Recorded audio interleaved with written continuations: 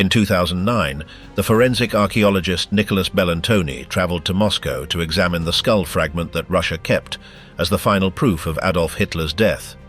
The DNA analyses carried out in the United States revealed an unexpected fact. The remains belonged to a woman.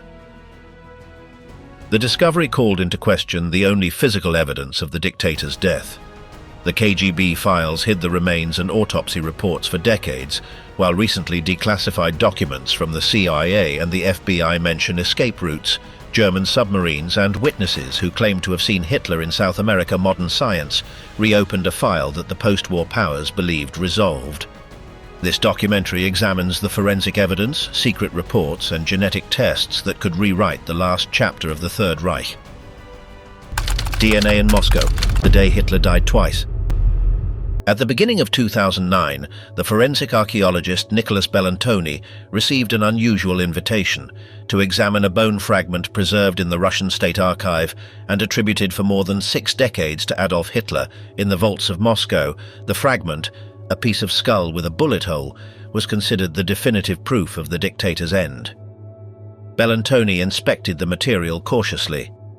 The bone structure struck him as surprisingly thin, more typical of a young woman than of a 56-year-old man. The sutures indicated an age lower than that recorded in the Soviet reports of 1945. Even so, he obtained authorization to extract small samples and submit them to genetic analysis. The samples were transferred to Connecticut, where Linda Strausbaugh closed her laboratory for 3 days to work exclusively on the project. They used the same protocols applied in criminal cases. Extracting viable DNA from a bone exposed to fire and buried for decades presented considerable challenges, but they managed to replicate the genetic material through molecular copying and verified the results multiple times. When the conclusions arrived, the historical world trembled. The DNA was incontestably female. The sex chromosomes corresponded to a woman, not a man. The only physical evidence that directly linked Hitler to a gunshot had just been invalidated. 64 years after the events, the most important evidence about his death had turned out to be from someone else. The finding was broadcast by the History Channel in a documentary titled Hitler's Escape. International media pounced on the news with sensational headlines proclaiming that Hitler might have escaped conspiracy theories that had circulated for decades, found new life. If the only physical evidence of the gunshot was false, skeptics argued, the entire official narrative had to be questioned. To understand how this point was reached, it is necessary to go back to the last day of the Third Reich. On the 30th of April of 1945, Berlin was burning under the relentless advance of Soviet troops. The roar of artillery made the buildings that still stood tremble. 15 meters underground, in the bunker of the Reich Chancellery, Adolf Hitler was living his final hours. A few hours earlier, he had married Eva Braun, his companion of 3 decades, in a brief and almost administrative ceremony held amid the chaos. During the morning, Eva briefly went out to the Chancellery garden to see the sun one last time, a gesture loaded with symbolism. Shortly after noon, Hitler ordered that Blondie, his German shepherd dog, be poisoned. The animal was forced to ingest a cyanide capsule, convulsed, and died in minutes. It was a macabre test to confirm that the poison worked. For those who witnessed that scene, it was clear that the Führer had no intention of surrendering or being captured. Around 3:30 in the afternoon, Hitler and Eva Braun retired to their private room with strict instructions that no one should interrupt them minutes later. According to several witnesses, a muffled gunshot was heard, dampened by the thickness of the walls and the constant noise of external bombings. When the assistants entered, they found Hitler slumped on the sofa with a bullet wound in the right temple. Beside him lay Eva Braun, motionless, without visible wounds, having ingested cyanide. On the floor there were 2 Walter pistols. The air gave off a penetrating smell similar to bitter almonds, characteristic of hydrocyanic acid. The bodies were wrapped in blankets and taken to the garden, where they were doused with gasoline. The fire partially consumed them, but the available fuel was not enough for complete incineration. The charred remains were buried in a shallow pit. That same night, Admiral Dönitz received an encrypted telegram informing him of the Führer's death, but the information was not made public immediately. The next day, the 1st of May, Hamburg radio interrupted its programming with a solemn announcement after fragments of Wagner and Bruckner Dönitz informed the world that Adolf Hitler had fallen this afternoon, fighting heroically in Berlin. The lie was deliberate. Hitler had not died that day, but the previous one, and he had not fallen in combat. The official version sought to preserve an image of military honor and facilitate an orderly surrender. The Nazi regime, even in its final hours, continued building myths. The news was received with widespread disbelief. In Allied intelligence circles, especially among the Soviets who had taken Berlin, doubts began to multiply almost immediately. The Red Army soldiers who burst into the Chancellery found no body in the bunker. The gardens were devastated, covered with debris and ashes, without visible traces of human remains. The first Soviet units did not locate conclusive proof of the dictator's death. During the following weeks, this absence of evidence fueled a wave of rumors that spread throughout Europe. It was said that Hitler had fled disguised as a monk, that he had escaped by plane to the Alps, that he was hiding in Switzerland or northern Italy. Versions even circulated about his transfer by submarine to South America. The confusion reached such dimensions that General Dwight Eisenhower, Supreme Commander of the Allied forces, publicly declared in June of 1945 that he was not convinced of Hitler's death. That statement legitimized the speculations and turned the Führer's fate into one of the most disturbing enigmas of the war's end. Meanwhile, the Soviets maintained absolute silence. They did not disseminate details, did not show evidence, did not confirm or deny anything. That deliberate ambiguity responded to a calculated strategy by Stalin, who saw in the mystery of Hitler a useful political tool to sow distrust among the Western Allies. The newspaper Pravda even published that rumors about the discovery of Hitler's body were a fascist provocation. Other media controlled by Moscow insinuated that the dictator was alive and protected by Americans and British. The informational Cold War had begun even before the military war ended. By the summer of 1945, the fate of Adolf Hitler had become an informational vacuum filled with speculations, official lies, and strategic silences. In the midst of that vacuum, a myth was born that would endure for decades: the possibility that the most hated man of the 20th century had escaped justice. The Führer's teeth: how Moscow kept the secret. While escape theories proliferated in 1945, the Soviets knew more than they admitted publicly. On the morning of the 2nd of May, soldier Ivan Churakov had noticed freshly turned earth in the Chancellery garden, hoping to find Nazi gold. He began to dig and found a leg bone. Forensic specialists under the command of the SMERSH unit, whose name meant death to spies, unearthed what they presumed was the dictator's body. Part of the skull was missing, presumably blown off by the shot to the temple, but what remained of his jaw matched his dental records. The autopsy also reported that Hitler, as had been rumored, had only one testicle. The testimony of Elena Rejevskaya, a Russian interpreter whose memoirs were published decades later, provides a first-hand account of these crucial events. Her officer handed her a cheap jewelry box saying, "Hitler's teeth, and if you lose them, you will answer with your head." The colonel explained that he had no access to a safe, so he entrusted the teeth to her because, as a woman, she was less likely to get drunk and lose them. With two senior officers, Rejevskaya went to look for Hitler's dentist, but he had fled to Bavaria. They located the dentist's assistant, Kater Heusermann, who, once assured that they were not coming to harm her, took them to the dental office inside the ruins of the Chancellery, where they found Hitler's dental records and X-rays. The next day, the interrogators asked Heusermann to describe the teeth from memory. What she said matched the X-rays. When Rejevskaya opened the jewelry box, Heusermann exclaimed, "These are the teeth of Adolf Hitler." This dental identification was not enough for Stalin, who remained deeply suspicious. That distrust would transform the investigation into one of the best-kept secrets of the Cold War. The Soviets had formed special teams tasked with verifying whether Hitler had escaped. Some 800 people were interrogated during the months following the fall of Berlin. Around 70 members of the Führer's inner circle were transferred to Russia. In February of 1946, 10 of them were sent to Butyrka prison in Moscow under strict surveillance measures. Each prisoner shared a cell with an informant and all conversations were recorded. The reports were part of the secret file known as Operation Myth. The personal aides Heinz Linger and Otto Günscher were considered key witnesses. According to their statements, both heard a gunshot on the afternoon of the 30th of April upon entering. They found Hitler dead on the sofa with a bullet wound in the right temple and a strong smell of almonds. Eva Braun also lay dead, apparently from poisoning. On the floor there were 2 pistols. They claimed that the bodies were wrapped in blankets, taken to the garden, and doused with gasoline.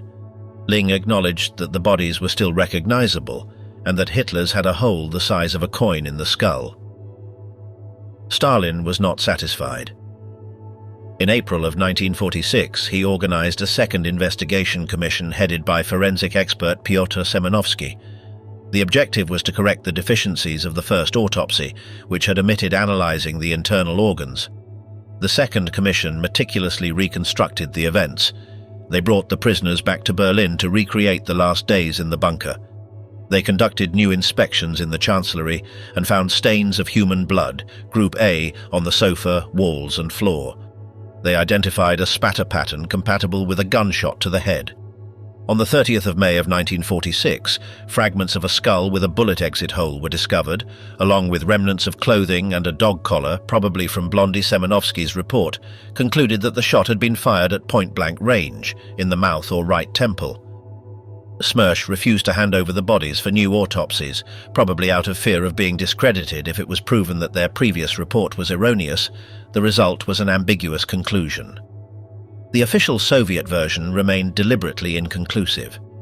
The historian Antony Beevor wrote about how Stalin had been anxious to ensure that Hitler was dead, but equally anxious to hide this news from his supposed allies. Instead of revealing the truth, Pravda said that the rumors were a fascist provocation. The Soviet authorities spread that Hitler was alive and protected by Americans. While the Soviets kept silent, the British decided to act in September of 1945.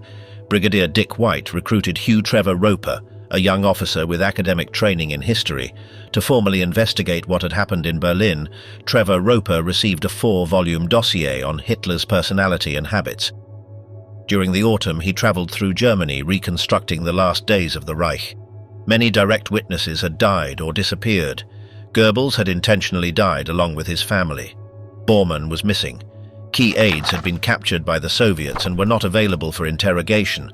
Trevor Roper located people close to Hitler's final entourage. The secretaries Gerda Christian and Elsa Kruger recounted what happened based on direct testimonies. With this data, the British historian reconstructed a coherent account.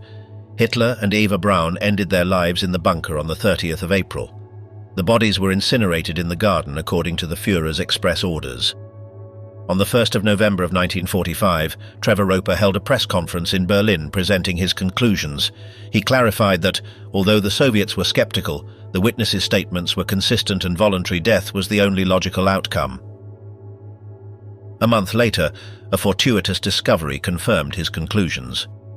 Intelligence services detected a man under the false name Wilhelm Paustin, suspected of being Wilhelm Zander, former aide to Bormann. The agents discovered a hidden suitcase with a secret compartment containing documents of incalculable historical value. There was Adolf Hitler's political testament, dictated in the bunker on the 29th of April. An appendix written by Goebbels confirmed the details of the death. The marriage certificate of Hitler and Eva Braun also appeared. The documents were verified as authentic by the FB1. Their content matched the accounts collected by Trevor Roper. In January of 1946, Zander himself was captured. During interrogations, he confessed details that confirmed the death account. With that, the British investigation was practically closed. Closing an intelligence file does not mean closing the public imagination.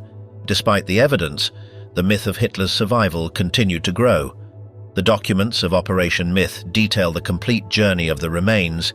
Initially, they were buried near Berlin, then moved on successive occasions, and finally, in February of 1946, to Magdeburg, where they were secretly buried in the courtyard of a counterintelligence service building. There they remained for 25 years until 1970, when the Soviet base had to be returned to East Germany. Fearing that the place would become a neo-Nazi shrine, KGB chief Yuri Andropov ordered their definitive destruction. Operation Archive began on the 4th of April of 1970. The remains were secretly exhumed and taken to the outskirts of Schönebeck, near the Elbe River Vladimir Gumenyuk, a former soldier, recounted in 2001 how he and two companions found boxes 1.70 meters deep, loaded them into a jeep, and headed to the field posing as fishing soldiers. By a river, they poured gasoline over the boxes and burned Hitler's body more completely than his Nazi soldiers had been able to do. In 1945, Gumenyuk claimed he collected the ashes and scattered them from a hill on the 5th of April, swearing to take the secret to his grave. Thus ended physically the story of the remains of the Third Reich. Only the jaw, the skull fragment, and the segments of the blood-stained sofa were preserved in the Soviet intelligence archives. The secrets did not disappear. In the summer of 1992, a Russian journalist named Ada Petrova went to visit the director of the State Archive of Special Trophies in Moscow. Her investigation took a decisive turn when she was revealed that Hitler's skull was in Moscow. Petrova abandoned her initial project and located the cranial fragments in the State Archive of the Russian Federation.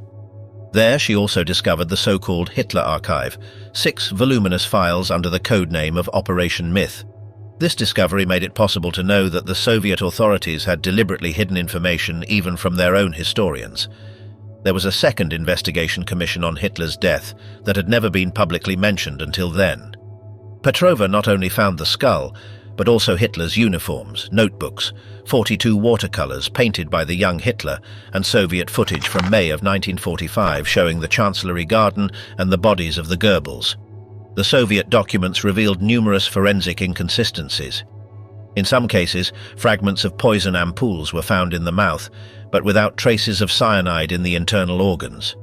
Wounds from shrapnel were also detected in the supposed body of Eva Braun in the chest, in apparent contradiction with the poisoning hypothesis. These inconsistencies fueled a new wave of theories. In 1995, the British surgeon Hugh Thomas published Doppelgänger, The Truth About the Bodies in the Berlin Bunker. Thomas proposed a radical theory, that the bodies found were not those of Hitler and Eva Braun, but substitute corpses prepared to deceive. Although Thomas recognized the hypothetical nature of his thesis, he had managed to sow a fundamental methodological doubt. If the Soviet reports contained so many inconsistencies, the world could not be sure that the remains kept in Moscow were really those of Adolf Hitler. By the end of the 20th century, there existed multiple incompatible authorized versions about how Hitler died. One investigation claimed that he shot himself in the mouth, another maintained that he poisoned himself with cyanide. A third combined both hypotheses. Each version was backed by apparently credible authorities, and each one contradicted the others. This multiplicity of official narratives eroded public confidence in any single version of the events. Determining whether Hitler died like a soldier, by gunshot, or like a coward, by poison, became an almost moral question about the dictator's final character. The world was preparing to enter the 21st century with a fundamental question without a definitive answer. The wrong skull, science against the bunker myth. In the year 2000, more than half a century after the fall of the Third Reich, the Russian State Archive decided to publicly exhibit for the first time the skull fragment that supposedly belonged to Adolf Hitler. The exhibition was titled The Agony of the Third Reich. The head of the archive, Sergei Mironenko, had no doubts about the authenticity. In statements to the press, he affirmed that it was not just a bone found on the street, but a fragment found in a pit where Hitler's body had been buried. For Mironenko, the provenance was documented, the chain of custody was clear. That confidence would prove to be premature.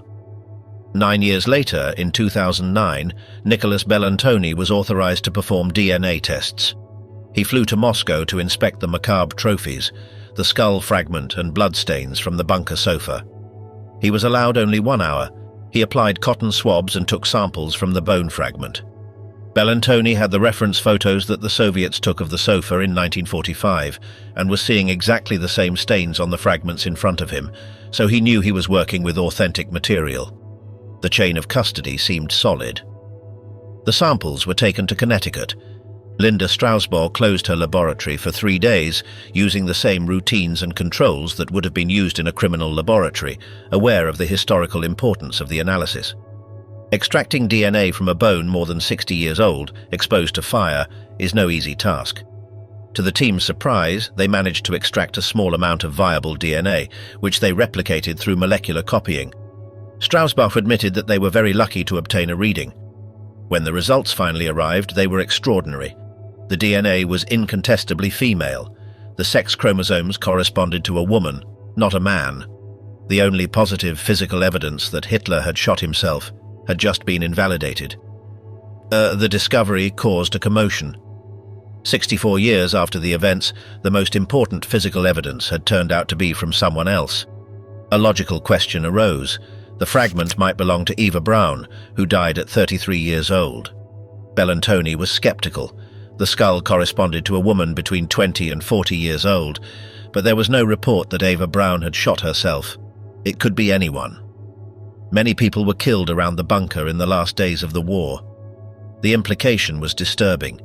If the fragment did not belong to Hitler, and probably not to Eva Braun either, the question about its origin remained open. Was it an honest mistake in the midst of the chaos of 1946 or something more deliberate? These findings were broadcast by the History Channel, causing international sensation and greatly fueling conspiracy theories. If the only physical evidence of the gunshot was false, the theorists argued, then the entire official narrative had to be questioned. The media pounced on the story with sensational headlines proclaiming that Hitler might have escaped. Television programs explored theories of secret refugees in South America. The scientific finding of 2009 had reopened a case that many believed closed. The Russian State Archive was not willing to concede the point easily. Although they acknowledged that the tests had been carried out, Russian officials suggested that the conclusions were premature. They argued that sex determination based on ancient bone fragments was not infallible, that there could have been contamination. The controversy reached such magnitude that French researchers decided to conduct their own independent study. In March and July of 2017, a team led by Professor Philippe Charlier obtained unprecedented access to both the skull fragment and, crucially, the jaw that had been guarded by the FSB since 1945. The resulting study was published in the European Journal of Internal Medicine.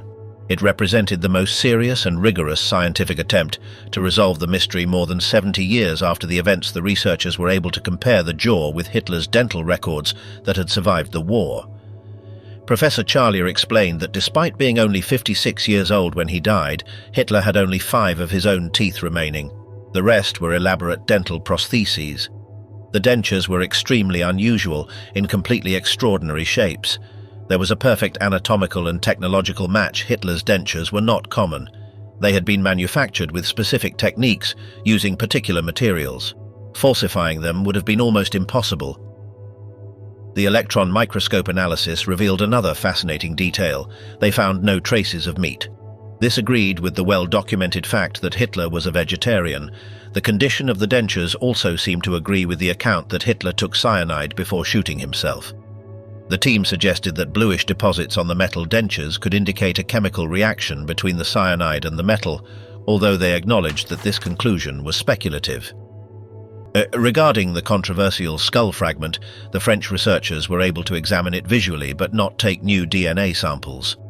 The Russian authorities did not authorize the extraction of additional material. Professor Charlier offered an important methodological critique of the Connecticut study from an anthropological perspective. Making a sex diagnosis based on the skull offers approximately a 55% chance of being correct. Barely better than chance, Charlier argued that even DNA analysis could be affected by contamination, especially in samples so old and handled over decades. The fragment had been touched by numerous people since 1946, stored under variable conditions, and exposed in public exhibitions. The new French study concluded that, whatever the origin of the skull fragment, the jaw was definitely the Führer's, and therefore there was no miraculous escape. Dental identification was, in the opinion of the French team, irrefutable. The authenticity of the jaw seemed corroborated by the memoirs of Elena Rajevskaya, whose detailed account of how the teeth were recovered provided a documented chain of custody from the very moment of discovery. Rajevskaya had been there, had held the jewelry box with the teeth, had accompanied the search for the dentist's assistant, had witnessed the identification. The French study did not completely close the debate. The issue of the skull fragment remained partially unresolved. If the DNA was female, the origin of that skull and the reason why the Soviets presented it as evidence continued without clear explanation. It could have been an error in the chaos of 1946, a biased conclusion by the Semenovsky Commission, or part of a disinformation strategy. Professor Charlier offered a simpler interpretation. Sex determination by cranial features has only 55% accuracy, which could explain why the Soviets mistakenly assumed it belonged to Hitler. By 2018, when the full French study was published, the world had two pieces of seemingly contradictory scientific evidence. The DNA analysis of the skull suggested it did not belong to Hitler. The dental analysis of the jaw confirmed that it was the Führer's.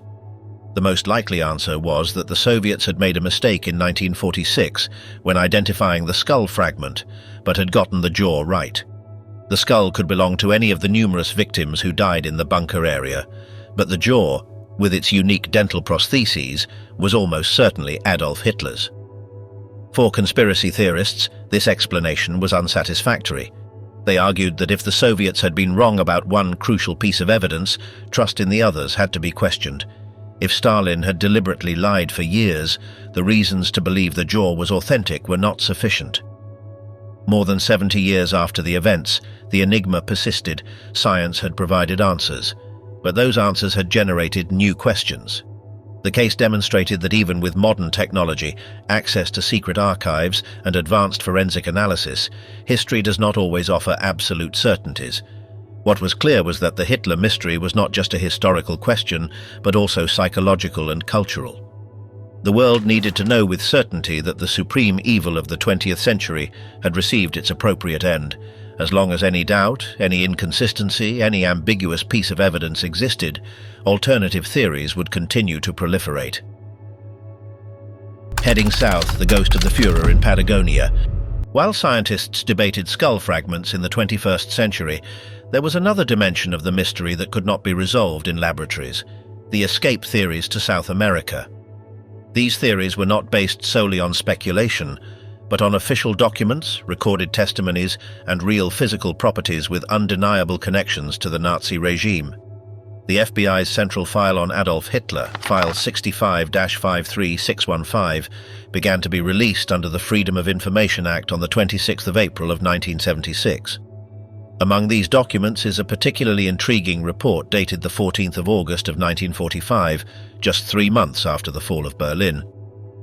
The report contains the first-hand account of someone named Guidano, who claimed to have been sent to receive Hitler and his group when they disembarked from submarines in Argentina. 2.5 weeks after the fall of the German capital, Guidano was one of 4 men who received Hitler and his group of 50 people in total. Hitler arrived with 2 women, a doctor, and several other men at dusk. The group arrived at the ranch where they were supposedly hiding. According to Guidano, this matter had been arranged by 6 high-ranking Argentine officials since 1944. A full year before the end of the war, Guidano claimed to be ready to reveal the names as soon as the dictator was captured. He reported receiving $15,000 for helping in the deal, and realizing it was only a matter of time before Hitler was apprehended, wished to clear himself by revealing the information. There is also another report dated the 14th of July of 1945, even earlier, about Nazi submarines landing in Argentina. These documents were taken seriously enough for J. Edgar Hoover to become personally involved in the investigation. An official American investigator pointed out at that time that the American army officers in Germany had not located Hitler's body, nor was there any reliable source that Hitler was dead.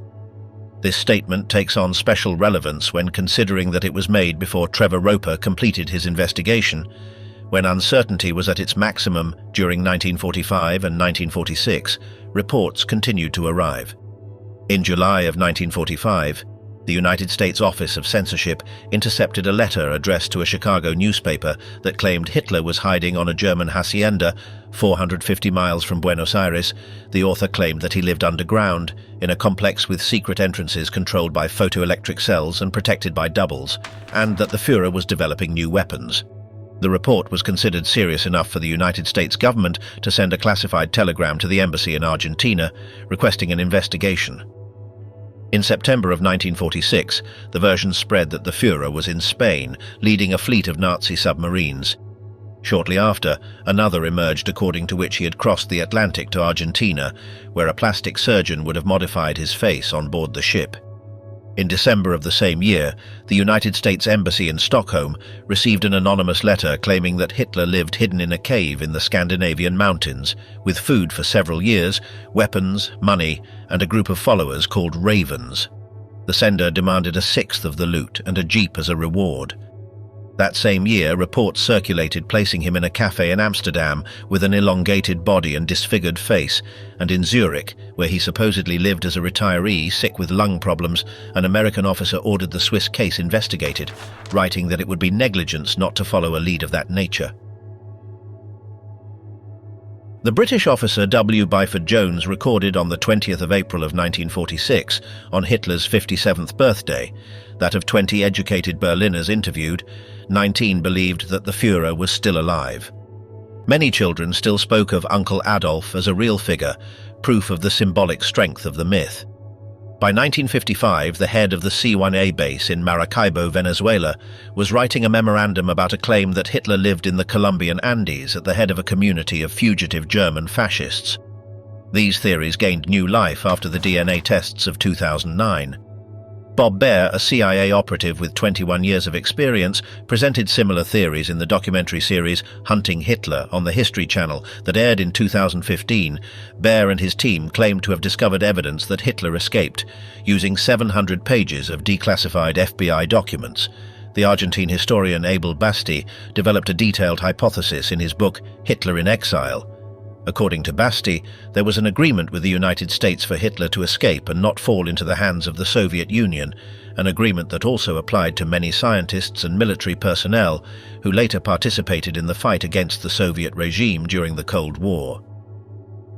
This theory is not as outlandish as it might initially seem. Operation Paperclip, now well documented, brought hundreds of Nazi scientists to the United States after the war, including Wernher von Braun, designer of the V-2 rockets that bombed London. If the United States was willing to forgive war criminals for their technological usefulness, the possibility of allowing Hitler to escape for geopolitical reasons is not completely implausible. The escape route proposed by Basti suggests that Hitler would have escaped through a tunnel under the Chancellery connected to Tempelhof Airport, where a helicopter transported him to Spain. From there, he first traveled to the Canary Islands, then arrived in Argentina on a submarine where he lived for 10 years, and finally settled in Paraguay under the protection of dictator Alfredo Stroessner. According to this theory, Hitler would have been buried in an underground bunker that is now an elegant hotel in Asunción. In 1973, the entrance to the bunker was sealed, and 40 people came to say goodbye to Hitler. One of the funeral attendees, the Brazilian military man Fernando Nogueira de Araujo, later told a newspaper about the ceremony. Beyond documents and testimonies, there is a physical property that has fueled speculation for decades: a remote mansion located on Lake Nahuel Huapi in Argentine Patagonia. This mountainous paradise effectively became a refuge for numerous fugitive Nazis after the war, an indisputable historical fact. The mansion, called Residencia Inalco, passed through several owners, each with intriguing connections to the Nazi regime. The first owner was Enrique Garcia Mero, a Buenos Aires lawyer linked to several companies owned by Germans that supposedly collaborated in the escape to Argentina of high-ranking members of the Nazi Party and SS officers. Meru bought the lot from the architect Alejandro Bustillo, who created the original plans for the house in March of 1943, notably 2 years before the end of the war. This detail takes on meaning when considering the anticipation with which possible escape routes were prepared. Bustillo also built other houses for Nazi fugitives who were later captured in the area, establishing a clear pattern of pro-Nazi activity in the region. The land on which the house was built, in Bahia Istana near the small town of Villa La Angostura, was quite remote and hardly accessible, ideal characteristics for someone who wished to remain hidden. The plans are remarkably similar to the architecture of Hitler's refuge in the Bavarian Alps, with bedrooms connected by bathrooms and dressing rooms, and a tea house located next to a small farm, replicating the design of the Berghof with unsettling precision. Like the Berghof, the Inalco house could only be observed from the lake. A forest in the rear limited the view from land, providing maximum privacy. It even had Swiss cows imported by Meru from Europe, a peculiar detail that suggests an attempt to recreate the European alpine environment in South America. The complex was completely autonomous, with its own animals and agricultural areas, which would have allowed its occupants to live independently for prolonged periods. It also had a ramp that led directly to the lake, with a boathouse that was rumored to contain a seaplane, providing a quick escape route. The location by the lake offered an immediate evacuation route to Chile, whose border was a few kilometers away across the water. Later, Meru sold the house to Jorge Antonio, who was connected to President Juan Perón and was the German representative of Mercedes-Benz in the South American country. Perón's regime is well known for having offered refuge to numerous Nazi war criminals after 1945, including Adolf Eichmann, one of the main architects of the Holocaust according to the book Grey Wolf, The Escape of Adolf Hitler. Hitler was already dead by the time the house was sold to José Rafael Trotzo in 1970. What makes this connection particularly intriguing is that Trotzo also bought other properties owned by someone named Juan Mahler, the false name of Reinhard Kops, a confirmed SS officer and war criminal. Kops was connected to Erich Priebke, former Hauptsturmführer in the Waffen-SS, who participated in the massacre of the Ardeatine caves in Rome, in which 335 Italian civilians were executed. Priebke was not a fugitive hiding in the shadows. He was a respected member of high society in the area and ran a school called Primo Capraro. He lived openly in Argentina for decades until he was extradited to Italy in 1995 to face war crimes charges. Capraro's son sold the lands of the Inalco house to Bustillo, thus completing a circle of Nazi connections that linked the property directly to known and confirmed war criminals. It is not speculation to state that numerous Nazi war criminals fled to South America after the war. Adolf Eichmann was captured in Buenos Aires in 1960 by Israeli Mossad agents. Josef Mengele, the infamous Auschwitz doctor, lived in Argentina, Paraguay and Brazil for decades, until his death in 1979. Klaus Barbie, the Butcher of Lyon, was protected by American intelligence services before settling in Bolivia. The so-called Ratline, the organized escape route that allowed Nazis to flee to South America, is well documented. It involved the complicity of elements within the Catholic Church that provided false documents, contacts in Spain and Italy that facilitated transit, and sympathetic South American governments that offered refuge. If this network existed and functioned effectively for lower-ranking war criminals, the question of why it would not have worked for the supreme war criminal becomes relevant. The FBI documents on alleged submarine landings and testimonies like that of Gaetano provide a tangible context that has kept the theories alive for decades. The fact that these documents were taken seriously in 1945, that J. Edgar Hoover became personally involved, that classified telegrams were sent to embassies, all suggest that American authorities considered the possibility of escape as something more than a far-fetched fantasy. The chronology is suggestive. The first reports of Hitler in Argentina date from July of 1945. Just 2 months after the fall of Berlin, Gaetano's testimony was recorded in August of the same year. These were not late rumors, but contemporary reports, generated in real time. It is known for certain that several German submarines did indeed arrive in Argentina after the war. The U-977 surrendered in Mar del Plata on the 17th of August of 1945. The U-530 had surrendered 2 weeks earlier. Both commanders were extensively interrogated about the possibility that they had transported Nazi leaders, and both denied it. But their arrival confirmed that it was technically possible to reach Argentina by submarine from Europe. Survival theorists argue that the United States would have had strategic motives to allow such an escape. By allowing Hitler to escape to South America instead of falling into Soviet hands, the United States would prevent Stalin from using the captured dictator as a war trophy or subjecting him to a public trial designed to humiliate the West. This theory faces serious evidentiary obstacles. The testimonies of multiple eyewitnesses who were in the bunker, interrogated independently by Soviets, British and Americans, are remarkably consistent in the essential details. Heinz Linger, Otto Günscher and Rokus Misch all described the death in a similar way.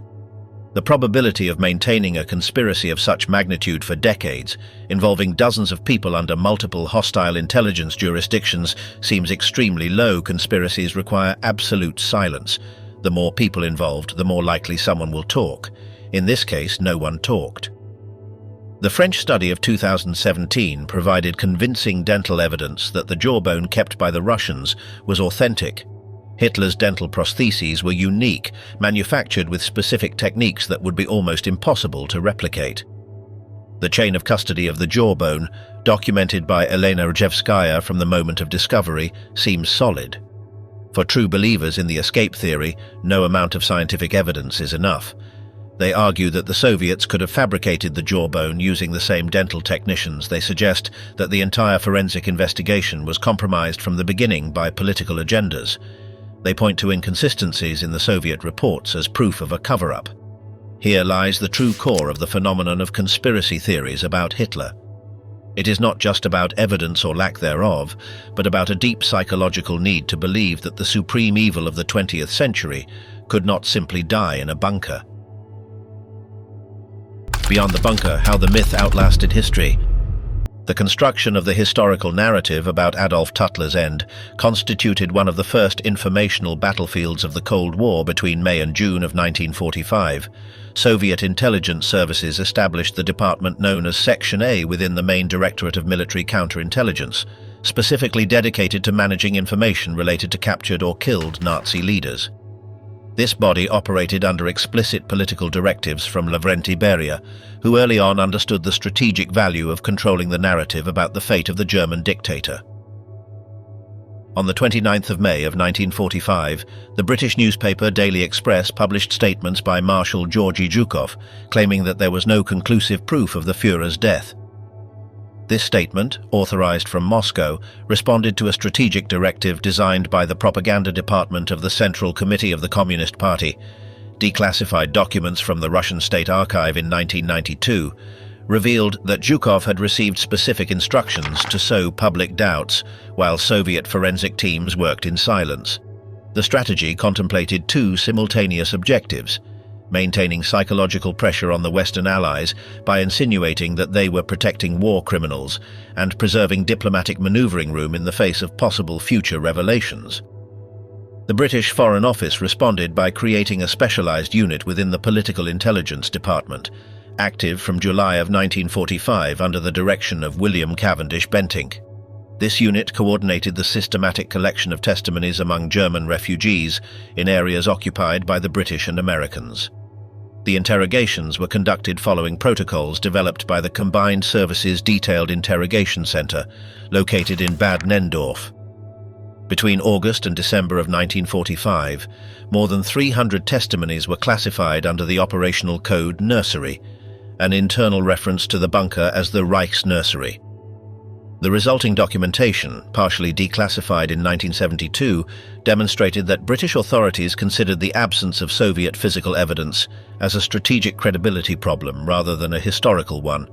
The United States Office of Strategic Services, precursor to the CIA, established in September of 1945 Project Paperweight, different from the better-known Operation Paperclip dedicated to scientific recruitment. Paperweight centralized all reports related to alleged sightings of fugitive Nazi leaders. The officer in charge, Lanning McFarland, compiled between 1945 and 1947 a total of 1,237 reports on alleged locations of Hitler.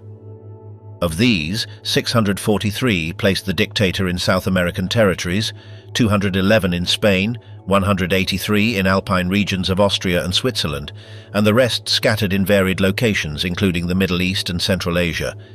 Each report received classification according to credibility, with only 18 considered worthy of active investigation. None proved verifiable. The classification system developed by McFarland established categories based on the source. First-hand testimonies received Code A, second-hand information Code B, rumors without identifiable source code C. An internal memorandum dated the 3rd of March of 1946, declassified in 1985, revealed the officer's frustration with the quality of the material. The proliferation of Class C reports severely contaminates the evaluation capacity of Class A material. We recommend suspension of processing unverified rumors. The recommendation was ignored. The reason, recorded in correspondence between McFarland and Deputy Intelligence Director Alan Dulles, was political. Closing the reporting channel publicly communicates that we consider the case resolved, a premature position while the Soviets maintain official silence on the finding of remains. Soviet informational manipulation reached considerable sophistication during 1946. On the 8th of June, Radio Moscow broadcast a special program titled The Mystery of Berlin, in which an anonymous narrator raised questions about inconsistencies in Western versions. The program selectively quoted Eisenhower statements expressing doubts, omitting temporal context. Simultaneously, NKVD agents distributed in Western zones of Germany anonymous pamphlets in German titled "Where is the Führer?", designed to fuel speculation among the German civilian population. Copies of these pamphlets, preserved in the German Bundesarchiv under cataloguing Z/SG 142, demonstrate grey propaganda techniques. They presented factual information mixed with insinuations, avoiding direct verifiable claims. The British counterintelligence MI6 responded through Operation Periodic, initiated in January of 1946. This operation involved the infiltration of agents into circles of German exiles in Spain, Portugal, and Latin America, specifically to monitor the circulation of rumors about fugitive Nazi leaders. Quarterly reports sent to London, partially declassified in 1998, document social networks of German exiles where rumors circulated with predictable patterns. A report from the second quarter of 1946 identified Buenos Aires, Montevideo, Santiago de Chile, Caracas and São Paulo as epicenters of organized speculation. The analyst noted, expatriate German communities function as echo chambers where unverified information acquires an appearance of credibility through social repetition. The academic dimension of the debate formally emerged in 1947 with the publication of Trevor Roper's book, The Last Days of Hitler. The British historian included a methodological appendix explaining evidential limitations and justifying conclusions based on testimonial convergence. The work received criticism from Soviet academic sectors. In March of 1948, the Russian historian Lev Bezymensky published in the journal Voprosy Istorii an article questioning Western methodology for depending excessively on testimonies without access to material evidence. Bezymensky did not reveal that the Soviets possessed such evidence, but used its absence in Western analyses to discredit conclusions. This pattern would characterize the historiographical debate for 2 decades.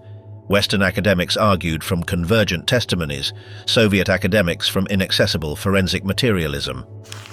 The publication in 1968 of the book The Death of Adolf Hitler by Lev Bezymensky marked a turning point for the first time. A Soviet historian publicly revealed details of the 1945 autopsies, including photographs of forensic documents. The publication coincided with the beginning of détente between blocs and responded to de-Stalinization directives that allowed greater selective archival openness. However, Bezymensky omitted mentioning the Second Investigation Commission of 1946 and did not reveal the existence of the cranial fragment. The strategy was controlled transparency, enough information to establish Soviet authority on the subject, insufficient to allow complete independent verification. Comparative analysis between versions published by Bezymensky and subsequently declassified documents reveals significant modifications. The Russian historian claimed that Hitler died exclusively from cyanide poisoning, omitting references to the bullet hole documented in the Semenovsky report. This alteration responded to ideological considerations, presenting Hitler dying poisoned, a method considered cowardly, better served propaganda objectives than admitting a gunshot. Potentially interpretable as an honorable military act, documents from the Presidential Archive of the Russian Federation, accessible to researchers since 2016, confirm that Bezymensky submitted the manuscript to review by the Ideological Department of the Central Committee before publication, where specific modifications on the cause of death were ordered. Western popular culture began to incorporate the theme during the 60s. In 1964, Ira Levin's novel The Boys from Brazil, although centered on Hitler's cloning, popularized the premise of Nazi survival in South America. The homonymous film of 1978 consolidated this visual imaginary. In parallel, sensationalist publications proliferated. In 1969, the German magazine Der Stern published a series titled Hitler's Letzte Tage, combining serious investigation with speculation. The series reached circulations of 1,500,000 copies, establishing a commercial precedent. The Hitler mystery sold international editors replicated the formula. Between 1970 and 1980, at least 43 books published in Western languages dealt with the subject, according to cataloging by the United States Library of Congress. The forensic context evolved significantly during the 70s with advances in forensic dentistry. The pioneering work of Kaiser Nielsen in dental identification established international standards adopted by Interpol in 1973. These standards specified protocols for documentation, comparison and verification of identity through dental records. Applied retrospectively to the Hitler case, the methods developed by Kaiser Nielsen validated the identification carried out by Käthe Häusermann in 1945, now recognized as technically correct according to contemporary scientific criteria. Professor Ryder Sognes from the University of California published in 1972 an analysis in the American Journal of Forensic Medicine comparing Hitler's dental X-rays with Soviet descriptions published by Bezimensky. Sognes concluded that the anatomical coincidences exceeded statistical probabilities of error, providing the first independent Western scientific validation.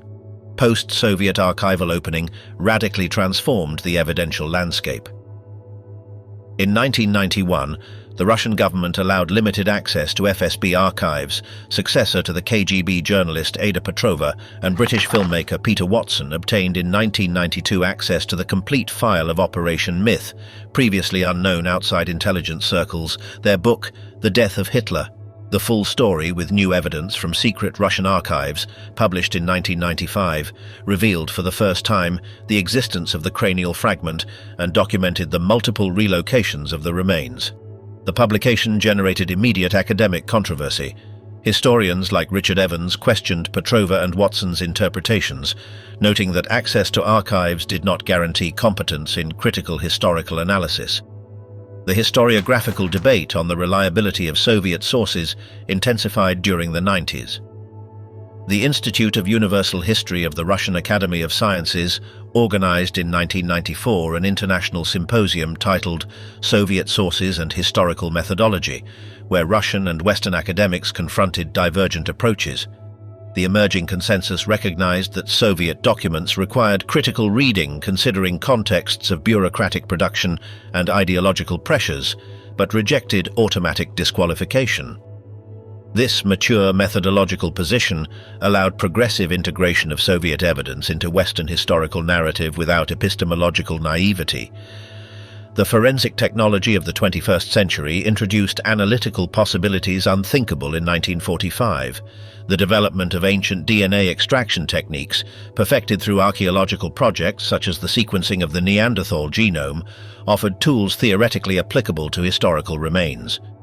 The forensic scientific community established in 2003 the Standards of Authenticity for Historical DNA, published in the journal Nature, specifying protocols to avoid contamination and validate results. These standards required multiple sampling, sequencing replicated in independent laboratories, and exhaustive documentation of chain of custody. The Connecticut analysis of 2009 technically met these requirements, although the impossibility of independent replication due to Russian refusal limited complete validation according to optimal scientific standards. The French study by Charlier in 2017 represented an attempt at interdisciplinary synthesis. The team included historians, forensic odontologists, pathologists, and electron microscopy specialists, designing an integrated protocol combining historical documentary analysis with material scientific verification. The methodology was published prior to the results, allowing peer review of the experimental design. This transparent approach contrasted with the traditional opacity of investigations on the subject. The publication in the European Journal of Internal Medicine, a high-impact medical journal, signaled scientific legitimization of the study within the international medical community. In the same way that forensic science transformed material analysis, archival digitization revolutionized documentary verification.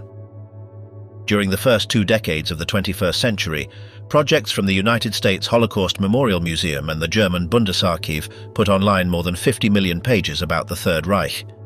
Since 2018, this access allows contrasting primary sources, although it has also facilitated the dissemination of biased interpretations by users without historiographical training, capable of manipulating authentic information out of its context.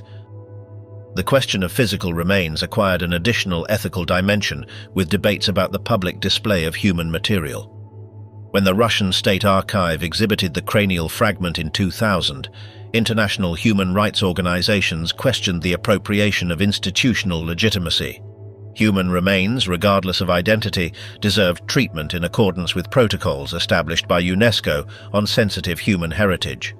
The debate reflected the tension between public historical interest and basic human dignity, a recurring theme in museums dedicated to massive atrocities.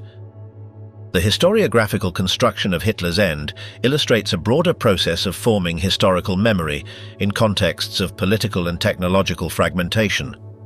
80 years later, national archives continue to declassify material related to the case. In 2020, the German Federal Archive released 173 additional documents from the Ministry of State Security of the GDR, including interrogations of East Berlin citizens who claim to have witnessed events at the Chancellery. In 2022, the Russian FSB digitized for the first time the original dental X-rays taken in 1945, allowing independent comparative analysis using modern forensic software.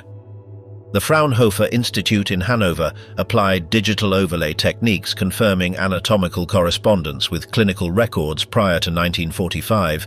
The Hebrew University of Jerusalem has housed since 2019 the most complete collection of declassified documents on the subject. 42,000 pages from 11 different national archives, accessible through an indexed digital database. This material enables systematic research that previously required decades of work in multiple countries.